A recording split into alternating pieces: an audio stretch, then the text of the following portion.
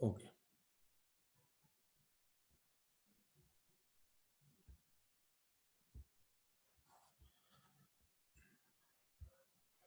The value of ordination sum of present value. अच्छा, ये ख्याल रखिएगा, हम जब भी शेयर्स की वैल्यू मालूम करते हैं हम उसके फ्यूचर कैश फ्लो को प्रेजेंट पे आज काम करते हैं, यानी कि हम उसकी डिस्काउंटिंग करते हैं।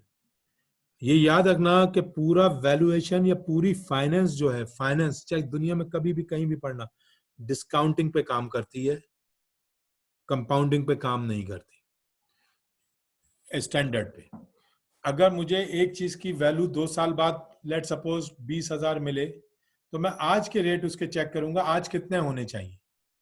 आज के हिसाब से क्या वो, अगर वो 20,000 की है और आज वो 10 में मिल रही है, जो कम डिस्काउंट किया, लेट सपोज एक 20,000 की चीज है, हमने उसको डिस्काउंट किया, वो आज 10,000 की होनी चाहिए, तो इट्स ओके। लेकिन अगर वो 12,000 की है तो इट्स मीन्स वो ओवर वैल्यू बुक हो गई है। ओवर वैल्यू से मुराद ये है कि ज्यादा है भाई, उसकी जो परसेंटेज, जो प्रॉफिट मार्जिन हम डिटरमाइन कर रहे हैं उसके हिसाब से वो 10 पे आनी चाहिए, ये 12 पे है, इसका मतलब ये अभी भी महंगी है। अब there is a two options. One option is this कि या मेरा प्रॉफिट परसेंटेज बहुत अनरियलिस्टिक है जिसपे मैं काम कर रहा हूं, मैं बहुत ज्यादा अपने प्रॉफिट को एग्जिटरेट कर चुका हूं और वो अनरियलिस्टिक प्रॉफिट मार्जिन मैंने रखे हुए हैं जिसकी वजह से मैं मार्केट के करीब नहीं आ पा रहा। जरूरी नहीं है कि मार्केट गलत चल रही हो, समटाइम मैं गलत होता हूँ, जस्ट लेट सपोज इस वक्त मैं अगर आपसे पूछूं, in right now in the current scenarios everyone is ready for business, margin अभी दूर हो गए, ब्रेक इवन पे भी, even less than break even भी काम करने को तैयार है कि कैश फ्लो मेंटेन कर लो, जब ये टफ टाइम गुजर जाएगा काम।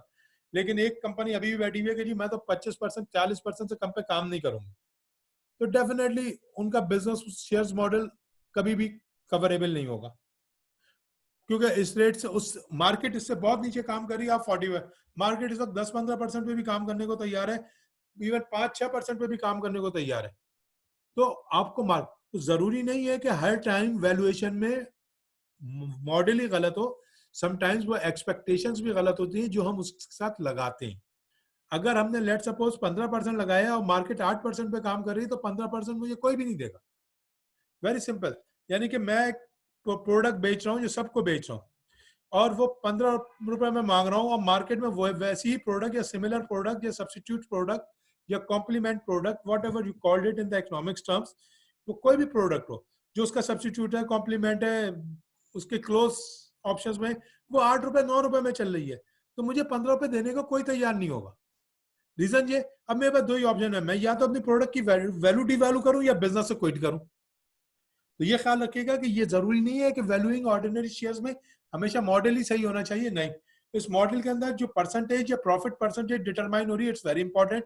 अगर वो सही है तो इट्स गुड, अगर नहीं है तो फिर definitely is a problem. 4 model है, general valuation model, zero growth model, constant growth model और मल्टीपल ग्रोथ मॉडल। इन चारों के जरिए हम स्टॉक को कैलकुलेट करते हैं और उसके हिसाब से हम वर्कआउट करते हैं। बेसिक क्वेश्चन जो इसके अंदर आता है वो ये है कि हाउ वी नो कि which company is operating under which model. Yes, it's 100,000% difficult question कि यू डिटरमाइन कि विच कॉर्पोरेशन या विच ऑर्गेनाइजेशन या which company is operating under which model. Model में be very time to time depend, लेकिन the behaviours, अच्छा ये ख्याल रखिएगा, मैं आपको बताऊं very clear, companies is nothing, the guys who's running the company belongs to the board of directors. These are the guys who decided which model we are standing right now. आप उन board of directors की base पे decide करते हैं कि ये aggressive खेलने वाले लोग हैं, डिफेंसिव खेलने वाले लोग हैं, कांस्टेंट खेलने वाले लोग हैं, या क्या है। इसके अलावा समटाइम्स प्रोडक्ट कैन डिटरमाइन कि आप चाहते तो हैं बहुत एग्रेसिव खेलना, लेकिन लेट सपोज आप बहुत तेज ड्राइव करना चाह रहे हैं, बहुत आउटस्टैंडिंग आपका मूड है कि मैं ड्राइव करूं, लेकिन आपके पास गाड़ी 1960 का मॉडल है, तो depending on the product as well कि आप किस प्रोडक्ट को लेके चल रहे हैं, क्या वो प्रोडक्ट इस मॉडल के साथ चल सकती है, नहीं चल सकती। अब जैसे मैं आपको बड़ा सिंपल से एग्जांपल दूं कि अगर आपकी इलेक्ट्रॉनिक प्रोडक्ट है तो वो मल्टीपल ग्रोथ मॉडल में आती है, क्योंकि अगर उस प्रोडक्ट का वो मॉडल क्लिक कर गया तो आपके वारे न्यारे हो गए, और अल्लाह न करे क्लिक नहीं कर सका तो आपकी कंपनी शट ऑफ हो गई। जिसकी बहुत बड़ी एग्जांपल नोकिया है, बहुत बड़ी एग्जांपल मोटरोला है, नहीं क्लिक कर सके। सैमसंग क्लिक कर गया स्मार्टफोन में। अगर आप स्मार्टफोन से पहले की लाइफ देखें कंपनियों में, तो सैमसंग का शायद कोई नाम भी नहीं था कहीं, लेकिन ना सैमसंग का नाम था, ना एलजी का नाम था, ना सोनी का नाम था, कुछ भी। लेकिन उससे पहले नोकिया, मोटरोला और इस टाइप की कंपनीज के फोन बहुत ब्रांडेड होते थे। क्यों? लेकिन जैसे प्रोडक्ट के अंदर डिफरेंशिएशन आई, प्रोडक्ट स्मार्टफोन बनी, नोकिया और ये सारे जो कन्वेंशनल फोन सेट लेके बेच रहे थे वायरलेस वाले, ये अपने आप को इतनी तेजी से शिफ्ट नहीं कर सके।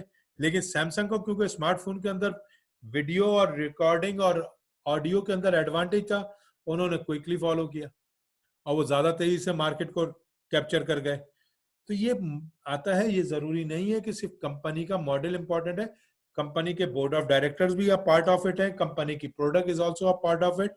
और जो एक अनदर थिंग जो नॉर्मली, क्योंकि बहुत लंबा हो जाता है लेक्चर, तो इसलिए मैंने वो स्लाइड्स कुछ कम की हैं और कुछ तुम लोगों से वर्बली डिस्कस कर रहा हूँ। Taxation policies, taxation policies is the hidden tool to manage valuing ordinary shares. अगर वो प्रोडक्ट कुछ टैक्सेशन एडवांटेज में आ गई है तो ऑर्डिनरी शेयर की वैल्यू खुद ब खुद भी बढ़ना शुरू होगी, क्योंकि टैक्सेशन एडवांटेज की वजह से रिटेन अर्निंग में इजाफा हो जाएगा कंपनी की शेयर। लेकिन वो कंपनी जिसमें मैंने शेयर लगाए हुए वो 50% टैक्सेशन में अटकी हुई है, तो वो जितना भी कमाएगी आधा तो उसे टैक्स देना है, सही। और एक कंपनी जिसमें मिस्टर एक्स ने पैसा लगाया हुआ है और वो 20% टैक्स ब्रैकेट की कंपनी है या 4% टैक्स ब्रैकेट की कंपनी है, तो इसका मतलब है 100 में वो 4 रुपए टैक्स दे रही है, 100 में 50 रुपए टैक्स दे रहा हूँ, तो डेफिनेटली मेरी ग्रोथ उतनी तेजी से नहीं हो पाएगी। जो 100 में 4 दे रहा हूँ 96 उसके पास आ रहे हैं, मैं 100 में से 50 दे रहा हूँ, मेरे पास 50। अब मुझे काम करना है वॉल्यूम पे, मेरा जितना बड़ा वॉल्यूम होगा मेरे लिए उतनी बड़ी सक्सेस होगी। अब ज्यादा वॉल्यूम के लिए मुझे पैसा इन्वेस्ट करना है। तो ये सब ख्याल रखिएगा कि हम मॉडल जरूर पढ़ रहे हैं, लेकिन on the basis of model हम वैल्यूएशन ऑफ स्टॉक खाली नहीं कर सकते, हमें अदर फाइनेंशियल और फिस्कल्स और मॉनेटरी अजम्पशंस को भी लुक आफ्टर करना होता है कि किस अजम्पशंस के तहत ये क्या काम हो रहा है। नंबर 1 मॉडल जो है जनरल वैल्यूएशन मॉडल, ये सिंपल सा एक वर्डिंग है, इसको देख लेना। मैं जनरल वैल्यूएशन मॉडल से पहले मैं ग्रोथ रेट समझा दूं। What is growth, how you determine the growth. अगर मैं ग्रोथ कहूं, ग्रोथ का सिंपल सी फॉर्मूला है retention ratio multiply by return on equity, ROE, वो ग्रोथ है। रिटेंशन रेशियो क्या होता है? अगर आप लोगों को थोड़ा बहुत एएफएस याद हो, एनालिसिस ऑफ फाइनेंशियल स्टेटमेंट, तो उसमें दो किस्म के आपके वो होते थे पे आउट्स। नंबर 1, एक सेकंड में जरा सा अटेंडेंस जो आ रही है ये भेज दूं।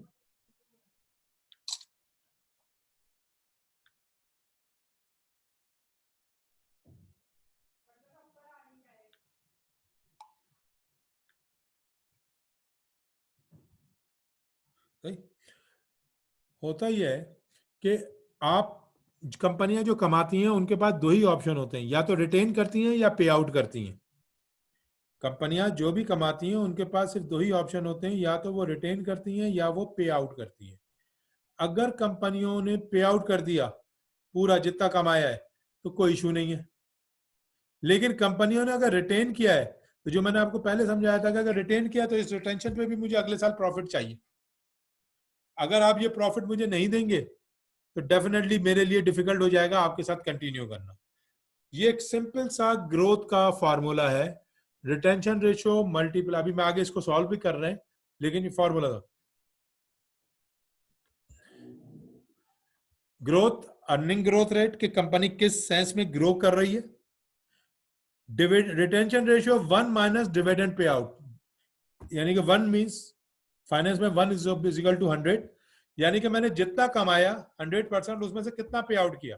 अगर मैंने 100% पे आउट कर दिया है तो मेरा रिटेंशन रेशियो 0 है, तो मेरी ग्रोथ 0 है, क्योंकि मैं उस पैसे को मल्टीपल कर ही नहीं पा रहा। लेकिन अगर मैंने कुछ रोका है तो सबसे पहला क्वेश्चन आपका यही आएगा कि सर जो रोका है उसका क्या ऑप्शन है। तो वो ये ख्याल रखिएगा कि जब आप रिटेन करेंगे तो रिटेंशन के साथ ये बहुत इंपॉर्टेंट फैक्टर है कि आप उसको यूज करें। लेट सपोज एक बहुत छोटा सा क्वेश्चन, मैं आपसे 100 मैं आप हम सब ने 10,000 रुपए लगाए, लेट सपोज पूरी क्लास ने एक कारोबार शुरू किया, उसमें प्रॉफिट आया, सबके हिस्से में profit earning per share I let suppose 20 रुपए। लेकिन as a board of directors या मेंबर्स के तौर पे मुझ जैसे 5-6 लोगों ने डिसाइड किया कि नहीं जी, आधा देंगे आधा रोकेंगे। जैसे ही आपने ये डिसाइड किया, इसका मतलब है आपने रिटेंशन करनी शुरू की। अब ये रिटेंशन पे हो सकता है मैं वो कुछ लोग ये चाह रहे हो कि जी 100% पे आउट करें, कुछ लोग हैप्पी थे रिटर्न किया। जो 100% पे आउट थे, जिन्होंने, उन्होंने कहा सबसे पहले तो बताइए आप जो 10 रुपए मेरे रोक रहे हैं, इसके रोकने की रीजन क्या है? क्या आपके पास कोई मॉडल है, कोई आपके पास फॉर्मूला है, कोई आपके पास फ्यूचर प्लानिंग है जिसके से आप रोके? तो लेट सपोज मैंने कहा हाँ जी मेरे पास मॉडल है, हम अगर ये 10% रोकेंगे तो हमारा अभी लेट सपोज अभी हमारे पास 2 मशीनें हैं, अगर हम प्रॉफिट में से एक रोक लें तो हमारी ये वाली भी एक मशीन हम और एड ऑन कर सकते हैं, तो इससे हमारी सेल्स में इजाफा होगा। अब as a annual as a shareholder आपका सबसे पहला क्वेश्चन ये आएगा, इस सेल्स का इजाफे से प्रॉफिट पे क्या असर आएगा? क्योंकि याद रखना, as a shareholder sell आपके लिए इंपॉर्टेंट नहीं है, कंपनी की सेल आपके लिए इंपॉर्टेंट नहीं है, कंपनी का मार्जिन आपके लिए इंपॉर्टेंट है, क्योंकि वो आपको बचेगा। अगर कंपनी की सेल 100 रुपए बढ़ गई, उसने कहा अच्छा जी माशाल्लाह बहुत बढ़ गई, इस 100 रुपए की सेल बढ़ाने में खर्चा कितना है? उन्होंने कहा 90 रुपए का आ गया, तो इसका मतलब है कि शेयर होल्डर के लिए सिर्फ 10 ही रुपए बच रहे हैं। तो ये बहुत ख्याल रखिएगा कि सेल आपके लिए इंपॉर्टेंट नहीं होती, आपके लिए रिटेंशन में ग्रोथ इंपॉर्टेंट। अब मैंने कहा 100 रुपए की सेल बढ़ेगी और उसमें 50% हमें सेव हो जाएगा। मैंने कहा अभी कितना सेव हो रहा है? उन्होंने कहा अभी हमें 30% सेव हो रहा है, लेकिन अगर ये मशीन हम बढ़ा देंगे तो हमें 50% सेव हो जाएगा।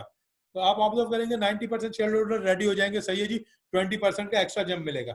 मीन्स कि अगर इस साल मैंने 20 रुपए कमाए या 30 रुपए कमाए, तो अगले साल उतने ही पैसों पे मैं 50 रुपए कमाऊंगा, मैं रेडी हूं, क्योंकि ग्रोथ मुझे दिख रही है। लेकिन आप कहेंगे जी आप आज 10 रुपए दे दें, अभी आप 30 रुपए कमा रहे हैं, एक साल बाद आप 32 रुपए कमाएंगे, तो डेफिनेटली वो बहुत डिफिकल्ट हो जाएगा, क्योंकि उसको फिर उस सेंस में फॉलो कराना आपके लिए का किसी के लिए भी एक चैलेंज हो जाता है कि जी ये मुझे तो बची कुछ नहीं रहा। तो ये ख्याल है कि इस पॉइंट से भी आपको देखना है। ग्रोथ का एक क्वेश्चन हम आगे कोशिश किए थोड़ा थोड़ा करके सॉल्व करें। ये एक सिंपल से एग्जांपल है, firms earning growth rate if it's page 40%। बड़ा सिंपल सा, आपने ग्रोथ रेट निकालना है, फर्म्स पे कर रही है एज अ डिविडेंड 40%, तो इसका मतलब है रिटेन कितने कर रही है? 60%।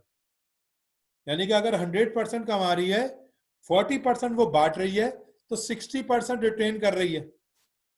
अगर वो 60% रिटेन कर रही है, तो इसका मतलब है बगैर कुछ किए मेरे शेयर की वैल्यू में एटलीस्ट 60% का तो इजाफा होना चाहिए अगले साल, क्योंकि ये पैसा तो मेरे पैसों में से निकाल के आपने लगाया है, ये मार्केट ने नहीं दिया है, ये आपने मेरी कमाई में से निकाल के लगाया। इससे समझ सपोज कर लेते हैं कि आपने 5 रुपए, आपने 10 रुपए कमाए, आपने 10 रुपीज अर्न किए 100 रुपए के शेयर पे। थोड़ा सा एग्जाम्पल समझना, आपने 100 रुपए के शेयर्स पे 10 रुपए कमाए कंपनी ने, लेकिन आपको 4 रुपए दिए और आपके 6 रुपए कंपनी ने रिटेन कर लिए। तो इसका मतलब यह है कि मुझे अगर कुछ भी ना हो तो मैं खुद ब खुद 106 रुपए का आदमी हो गया हूं, क्योंकि वो 6 रुपए आपने मेरी कमाई में से निकाल के वहां रोके में, आपने मार्केट से नहीं कमाए, आपने मेरे ही पैसे होल्ड किए हुए। इसका मतलब है कि मेरी बुक वैल्यू बगैर कुछ किए 106 रुपए हो गई है। तो मार्केट की ग्रोथ का है, मेरी अर्निंग पे ग्रोथ का है, ये तो मेरा ही पैसा है। अब उस ग्रोथ को कैलकुलेट करने के लिए हम ये फॉर्मूला लगाते हैं कि 1 माइनस 40% मल्टीप्लाई बाय, क्योंकि आपको रिटर्न कितना चाहिए? 20%। तो इट्स मींस 1 माइनस 40 किया तो 60% आया, मल्टीप्लाई बाय 20 किया तो 12। तो इसका मतलब है एटलीस्ट 12% ग्रोथ आनी चाहिए। अगर 12% ग्रोथ मुझे मिलेगी तो आपकी रिटेंशन मेरे लिए एक्सेप्टेबल है, अदरवाइज इसका मतलब, अब ये 12% ग्रोथ का क्या मतलब है? मुझे तो पहले 20 चाहिए थे, इसका मतलब है अब मुझे 21.4 चाहिए। थोड़ा समझना, पिछले साल तक मैं आपके साथ 20 रुपए पे काम करने को तैयार था, 100 रुपए पे, लेकिन अगर मैंने अब आपसे 106 रुपए दिए तो और मुझे उस 6 रुपए पे भी 12% यानी कि 6 रुपए पे भी 20% चाहिए। तो इट्स मीन्स कि अगर आप मुझे 6 पे 20% देंगे तो मेरा तो वही पैसा मिलेगा, मैं मुझे उसके ऊपर एडिशनल चाहिए। अब मैं आपसे काम करूंगा 21.4 पे, अब मैं 20 पे काम नहीं करूंगा। सही, मैं थोड़ी देर के लिए आप लोगों को अनम्यूट कर रहा हूं, कोई क्वेश्चन हो तो डेफिनेटली डिस्कस। सर ये एग्जांपल अगेन रिपीट कर दें मैं प्लीज। रिपीट कर देता हूँ, देखो बड़ा सिंपल सा, पहले समझना, बहुत सिंपल। आप मुझे 100 रुपए देते हैं, मैं उस 100 रुपए पे आपको लेट सपोज 10 रुपए कमाता हूं और आपको देता सिर्फ 4 रुपए हूं। तो इसका मतलब है कि आपके 100 रुपए जो असल थे वो तो थे, और मैंने आपके मुनाफे में से भी 6 रुपए रख लिए हैं।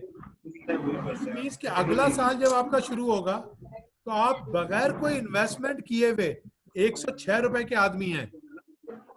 अब मैं आपसे कहता हूँ अगले साल मैं आपको 106 रुपए दूंगा तो आपका सबसे पहले क्वेश्चन आएगा, भाई उस 106 रुपए में आपने क्या कमाया? आपने तो वो 6 रुपए मेरे ही मुझे वापस कर दिए। तो म्यूट करके कर दें सर, जवाब देते हैं सर। बोलो।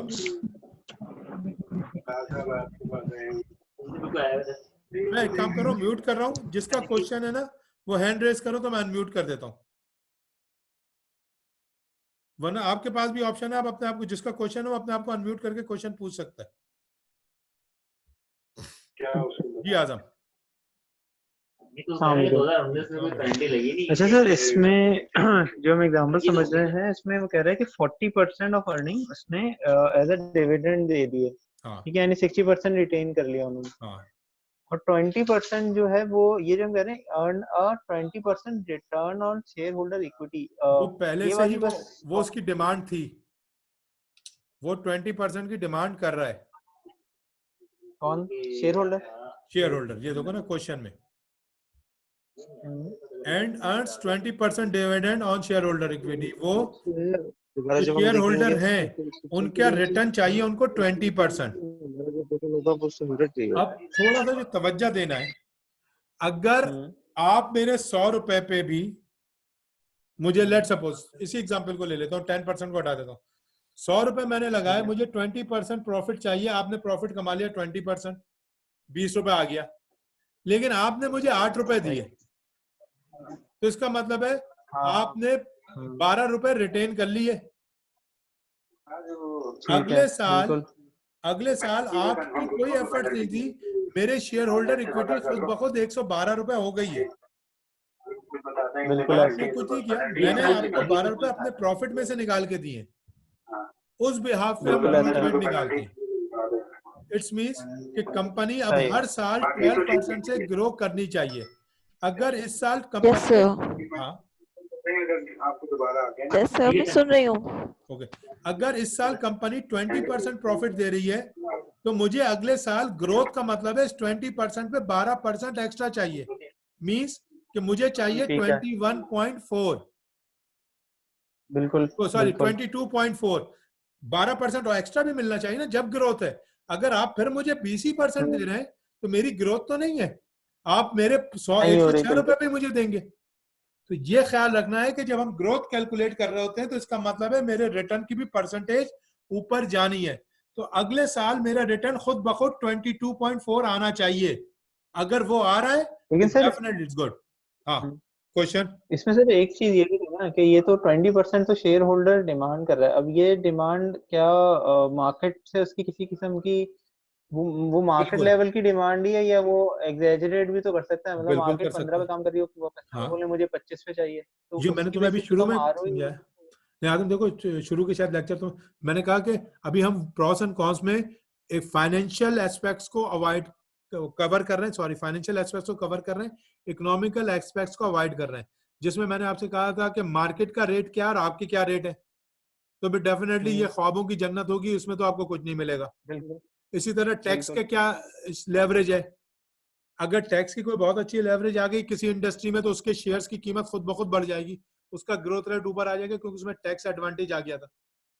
लेकिन एक कंपनी पे एक इंडस्ट्री के ऊपर गवर्नमेंट ने टैक्स का बर्डन डाल दिया है, तो वो चाहे ग्रोथ वाली इंडस्ट्री हो वो डिक्लाइन करना शुरू कर देगी क्योंकि टैक्स बर्डन बहुत आ गया था उनके ऊपर। तो ये डिपेंड करेगा। हम सिर्फ एक फाइनेंशियल मॉडल कर रहे हैं कि अगले साल अगर मैं इस साल 20 मांग रहा हूं तो ग्रोथ का मतलब है मुझे उसमें 12% इजाफा चाहिए। मैं यहाँ पे लिख दूं थोड़ा सा, ये तो 1 मिनट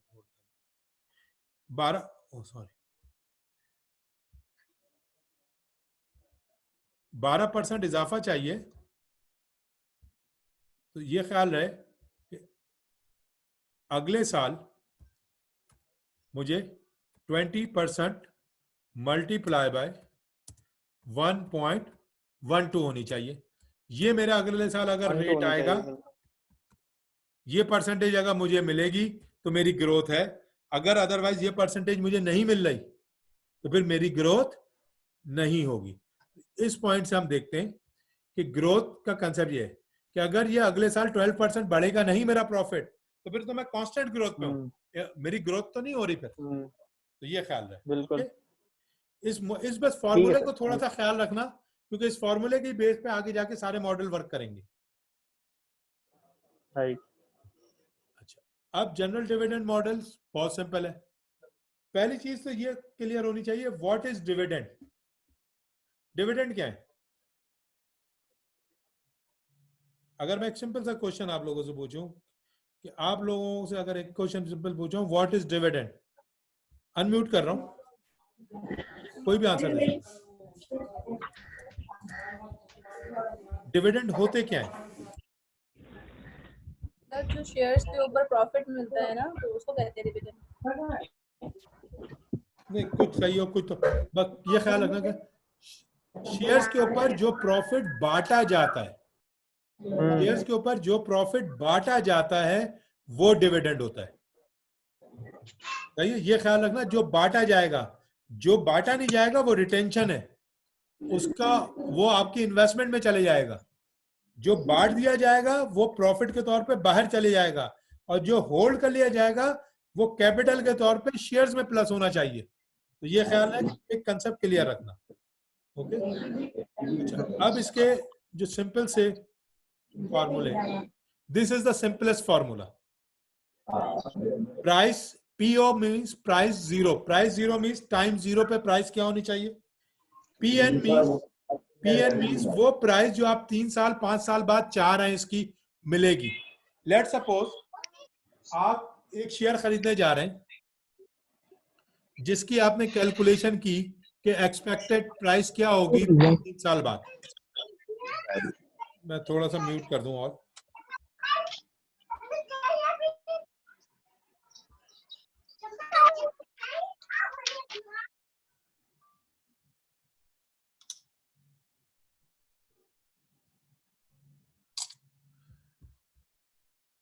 देखिए, हम ये थोड़ा सा ख्याल रखिएगा, जनरल डिविडेंड मॉडल कम से कम 1 साल से ज्यादा के पीरियड के लिए बेहतर होता है, लेस देन 1 ईयर में। अच्छा, ये ख्याल रखिएगा कोई भी शेयर्स की वैल्यूएशन मॉडल शॉर्ट टर्म नहीं है, सब लॉन्ग टर्म है।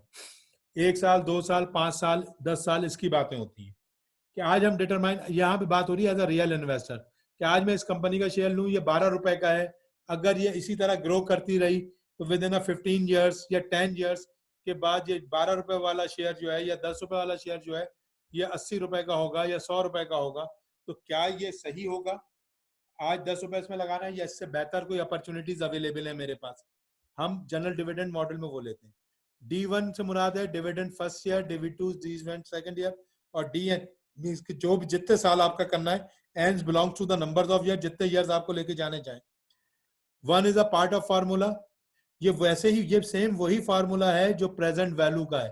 प्रेजेंट वैल्यू के फार्मूले में यहाँ D1 की जगह लिखा होता है FV, future value, divided by 1 plus I estimated. ई लगाया है तो ये एस्टिमेटेड या एक्सपेक्टेड है, एक्चुअल नहीं है। यहाँ पावर में n लग जाता है, 1 2 3 जो भी जो आपका डिस्काउंटिंग का प्रेजेंट वैल्यू का फॉर्मूला है वही डिविडेंड फॉर्मूला डिविडेंड वैल्यूएशन का भी है, उसमें कोई फर्क नहीं है। तो इसलिए अगर कोई ये कहता है कि नहीं डिविडेंड का फॉर्मूला डिफरेंट है, तो वो या तो आपको मामू बना रहा होगा या खुद मामू बना हुआ है। सिंपल प्रेजेंट वैल्यू का फॉर्मूला है, कुछ नहीं। ये D1 की जगह आप FV लिख लें, 1 प्लस आई पावर n, बस वो एफवी की जगह हमने उसको, क्योंकि शेयर्स की बात कर रहे हैं तो हमने उसको डिविडेंड कह दिया, D1 D2 कि ये पहले साल क्या डिविडेंड देगा, दूसरे साल, तीसरे साल, और इसी तरह जितने साल तक का है वहां तक का डिविडेंड, और आखिरी साल उसकी प्राइस कि अगर वो आखिरी साल 4 साल बाद बिकेगा, इतने में बिकेगा तो क्या होना चाहिए। ओके, अगर आप लोगों ने थोड़ा सा टाइम वैल्यू ऑफ मनी थोड़ी बहुत भी याद हो तो वहां से ये कवर होगा। हम सिंपलिसिटी के लिए अज्यूम कर रहे हैं कि साल में एक डिविडेंड मिलेगा, वरना फिर वही वाली बात है, कंपाउंडिंग का फैक्टर लेना पड़ेगा। अगर साल में 4 डिविडेंड है तो आई को 4 से डिवाइड करना पड़ेगा, एन को 4 से मल्टीप्लाई करना पड़ेगा। तो ये ख्याल रखिएगा कि ये वाला कंसेप्ट हम ये अज्यूम कर रहे हैं, साल में एक ही डिविडेंड मिलेगा और उसी एक डिविडेंड के ऊपर काम करना है। ये एक एग्जांपल है। Suppose an investor expect to ordinary share dividends PKR 100, पहले साल आपको 100 मिलेंगे, दूसरे साल 105 मिलेंगे, तीसरे साल 110 मिलेंगे, अगले 3 साल तक, और and expect to sell the shares for PKR 1500 in year 3, और आप ये उम्मीद करते हैं कि तीसरे साल आप उसको 1500 रुपए में बेच भी देंगे जो शेयर्स आज खरीदेंगे आप। सबसे पहला क्वेश्चन ये आता है कि what would be the price today, उस शेयर को मैं किस कीमत पे खरीदूं आज कि वो 3 साल में प्रॉफिट भी लूं, 100 रुपए का, 105 रुपए का, 110 रुपए का, और वो मुझे 15% रिटर्न भी दे, और 1500 रुपए में 3 साल बाद बिक भी जाए। तो आज किस वैल्यू पे होना चाहिए जिसपे मैं उसको खरीदूं। ये मेरा मॉडल है, ये ख्याल रखना, this model belongs to me. The other guys model में भी वेरी, वो यहाँ 15 की जगह 10 पे काम करने को तैयार है, जो हम अमूमन बिजनेस में देखते हैं। वेरी कॉमन एग्जांपल है कि आप एक काम कर रहे होते हैं, you are asking 30 rupees for it, और एक दूसरा दुकानदार आके उसी काम को 20 रुपए में करने को तैयार है, तो आप और मैं अमूमन कहते हैं भाई सही, आप उससे करा लीजिए, 20 रुपए में कर रहा है, मैं 30 से कम में नहीं करूंगा। तो ये याद रखना, ये परसेंटेज रेट जो है it's very according to your demand, कि आपका 15% में काम हो रहा है, आप 15 पे काम कर रहे हैं, दूसरे का 20 में काम होगा, वो 20 में करेगा, किसी का 5 में काम हो रहा है, वो 5 में करेगा, डिपेंडिंग ऑन द सर्कमस्टेंसेस। एक बहुत, हाँ बोलो, यस क्वेश्चन। आप लोगों को ऑप्शन दिया हुआ है अनम्यूट करने का बाय ऑन, तो अगर किसी का क्वेश्चन हो तो वो अपने आप को अनम्यूट कर सकता है विदाउट मेरी परमिशन और क्वेश्चन पूछ सकता है। ये ख्याल रखना, these are the expected dividend जो पूरी मार्केट ने कैलकुलेट किए हुए, मैं भी वही करूंगा। मेरे कहने से वो कंपनी ज्यादा डिविडेंड कम नहीं देगी, जो मार्केट की कैलकुलेशन है, मार्केट में एक पर्टिकुलर बहुत सारे लोग तो उसी हिसाब से देखिए, हाँ this percentage belongs to me, कि मैं कितने परसेंटेज पे काम करना चाह रहा हूँ। मैं एक छोटा सा वैसे ही रफ सा जनरल सा क्वेश्चन आप लोगों से पूछना चाह रहा था, आप में से कितने लोग, अगर मैं एक सिंपल सा क्वेश्चन पूछूं कि जॉबलेस हो जाएं तो वो पैनिक नहीं होंगे? हो सकता है हार्डली 2%, 4%। बुशा तुम अपना माइक फ्री कर सकती हो अगर जवाब देना सर, वो भी एक हफ्ते, सर वो भी एक हफ्ते में ठंडा हो जाएगा। हो जाएगा, देखो फर्क समझना, मेरे वालिद साहब भी कमा रहे हैं और वेल पोस्ट पे कमा रहे हैं, मैं भी साथ में जॉब पे लग गया हूं, तो मेरे लिए उस वक्त जॉब एक तफरी है, मनी मेकिंग नहीं है। अब्बा ने लगा दिया यार कोई तो काम धंधा शुरू करो बेटा, लेकिन अगर मेरे पैसों से मेरा घर चल रहा है तो मेरे लिए तो 2-4 दिन भी अजाब हो जाएंगे बर्दाश्त कराना।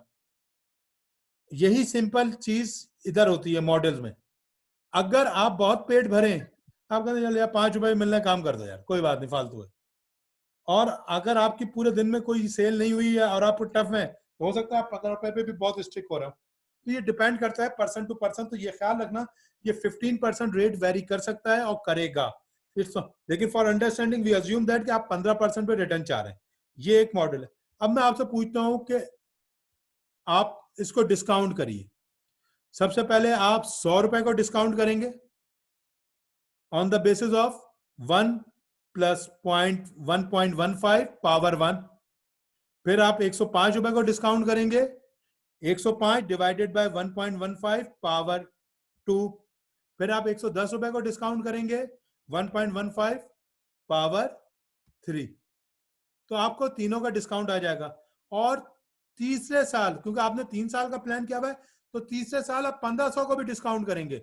1500 डिवाइडेड बाय 1.15 पावर 3, और जब इन तीनों का सम आप जमा करेंगे चारों का, तो वो आपकी प्रेजेंट वैल्यू होनी चाहिए। इस वैल्यू से नीचे खरीदेंगे तो एक्सेलेंट है, इस वैल्यू से ऊपर खरीदेंगे तो आपने लॉस बुक किया है, जिसको हम थोड़ा सा कैपिटल बजटिंग में जिसको हम पढ़ते थे NPV, net present value. Net present value अगर इससे कम है, ये सॉल्व भी कर देते हैं। ये आपका फॉर्मूला बना, 100 को आपने डिवाइड किया 1.15 पावर 1 पे, फिर 2 पे, फिर 3 पे। तो इस मीन्स कि अगर आप आज इस शेयर्स को 1225 रुपए में खरीदते हैं, तो ये आपका ब्रेक इवन प्राइस या IRR है। 1225 से नीचे खरीदेंगे तो एक्सेलेंट है, 1225 से आप ऊपर खरीद रहे हैं तो ये शेयर आपको लॉस बुक कराएगा, इसमें आपको प्रॉफिट नहीं हो पाएगा, क्योंकि आपकी परचेजिंग प्राइस महंगी थी, मार्केट ने तो अपने रेट देने। अगर क्लियर हो रहा, अगर आप 1225 में खरीदेंगे तो ये आपका एडवांटेज है, it's give you a advantage. यहां तक आपका ब्रेक इवन है। इससे जितना सस्ता खरीदेंगे, इट्स मींस, अब लेट्स सपोज, अब जो मैं फाइनेंशियल टर्म यूज करता हूं, अंडर वैल्यू, अगर वो शेयर 1225 से नीचे ट्रेड हो रहा है तो इट्स मींस अंडर वैल्यू। जो मैं तुम लोगों से कभी कभार क्लास में भी डिस्कस किया, अंडर वैल्यू है, खरीद लो जो खरीद सकते हो, खरीदना शुरू कर दो, क्योंकि अपनी वैल्यू से कम है, ये वापस आएगा अपनी असल पे, क्योंकि उसकी असल वैल्यू 1225 है मार्केट के हिसाब से। और अगर वो 1225 से ऊपर बिक रहा है तो वो ओवर वैल्यू बिक रहा है। ओवर वैल्यू बिक रहा है तो डेफिनेटली यहां से किसी वक्त भी ये नीचे की तरफ आएगा, क्योंकि ये अपनी ओरिजिनल प्राइस को टच करेगा। This is the general dividend valuation model. General dividend valuation model is simply a present value formula. Present value formula regarding the dividends यानी कि profit and the principal value. ये तीन आपके profit है, 100, 105 और 110, ये 3 आर द प्रॉफिट, और 1500 आपकी प्रिंसिपल वैल्यू है। अगर 3 साल बाद आपको 1500 में बिकेगा और ये प्रॉफिट आपके हाथ में आएगा, तो आज आपके लिए बेहतर है कि आज इसको आप सिर्फ 1225 रुपए में खरीदिए। 1225 रुपए से ज्यादा खरीदने में आपको एडवांटेज नहीं होगा। ओके, अब फिर अनम्यूट कर रहा हूं, कोई क्वेश्चन ताकि मैं आगे की तरफ मूव हूं। यस, इसको पीछे टिका दो ट्रे को। हाँ, एनी क्वेश्चन?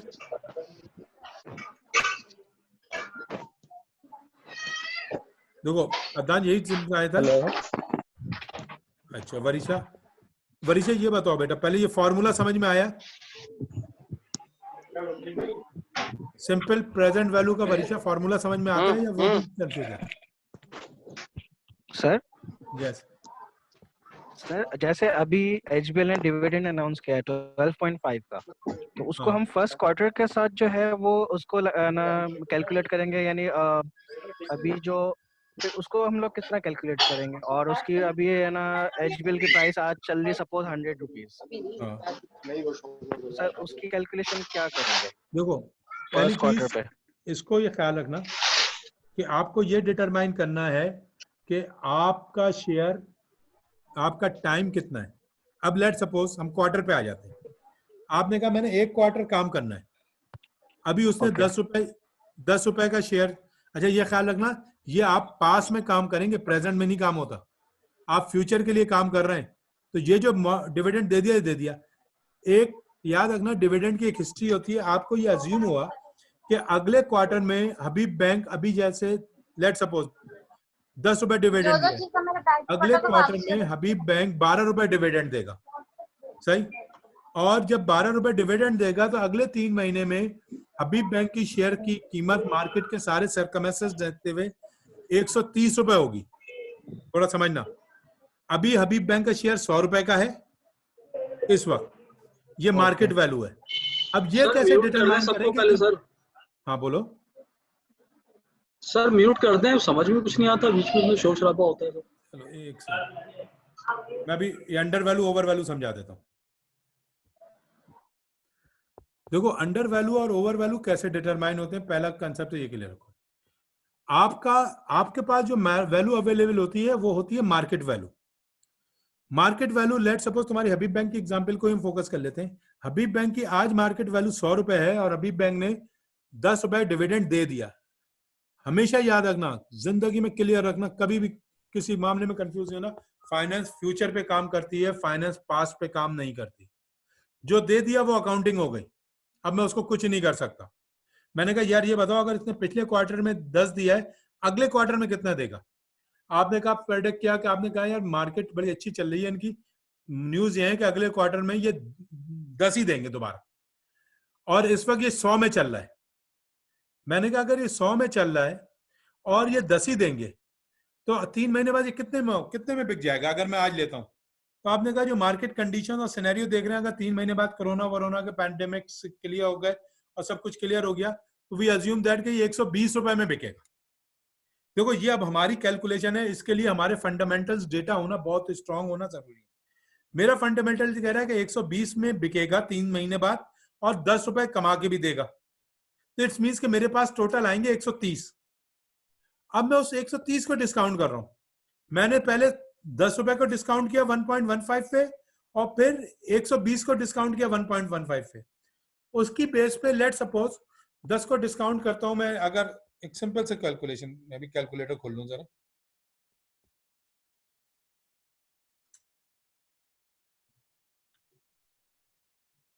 आपका ₹10 डिविडेंड है, ₹10 डिवाइडेड बाय 1.15, तो उस डिविडेंड की आज मैं खरीदने जा रहा हूं तो आज वैल्यू बन रही है ₹8.70। ₹8.70, और आप ये अज्यूम कर रहे हैं कि 3 महीने बाद जो आप ₹100 का आज खरीदेंगे वो बिक जाएगा 120 का, तो इसका मतलब है आज उसकी वैल्यू होनी चाहिए ₹104। ₹104 और प्लस ₹8.70, इसकी इस वक्त वैल्यू जो मेरी अजम्पशन है उसके हिसाब से ₹113 होनी चाहिए यार। अगर 113 वैल्यू है और वो इस वक्त ₹100 में मार्केट में ट्रेड हो रहा है, तो ये अंडर वैल्यू है, क्योंकि मेरी कैलकुलेशन के हिसाब से ये ₹113 का ब्रेक इवन है इसका। और अगर ये 113 मार्केट वैल्यू है तो ये मार्केट वैल्यू पे काम कर रहा है, 100 में काम कर रहा है, तो ये इस वक्त अंडर वैल्यू है, फौरन खरीद लो, क्योंकि 3 महीने बाद ये 113 की चीज है जो 100 में मिल रही है। और अगर ये 115 में काम कर रहा है, नहीं होल्ड करो, क्योंकि ये 113 से ज्यादा का नहीं होना चाहिए, 115 पे ये ओवर वैल्यू बुक हुआ है मार्केट में, यानी कि मार्केट इस वक्त बहुत ज्यादा इसको पॉजिटिव लेके चल रही है। ये इतनी वैल्यू की चीज नहीं है जितना ये वैल्यू मार्केट में ट्रेड हो रही है, तो डेफिनेटली इसने बाउंस बैक होना है। इस पॉइंट से हम इसको कैलकुलेट करते हैं। ओके, अब कोई क्वेश्चन है? ये तो समझ में आ गया। सही है, मैं अगली स्लाइड पे, मीटिंग एंड होने वाली है, मैं नई के साथ तो, जैसे अभी, हाँ बोलो। ओके सर, जैसे अभी डिविडेंड तो उसका अनाउंस हुआ है और बुक क्लोजर जो है वो जून में है, तो सर हम उसकी फ्यूचर वैल्यू को लेते हुए चलेंगे ना? नहीं, क्योंकि सर मैंने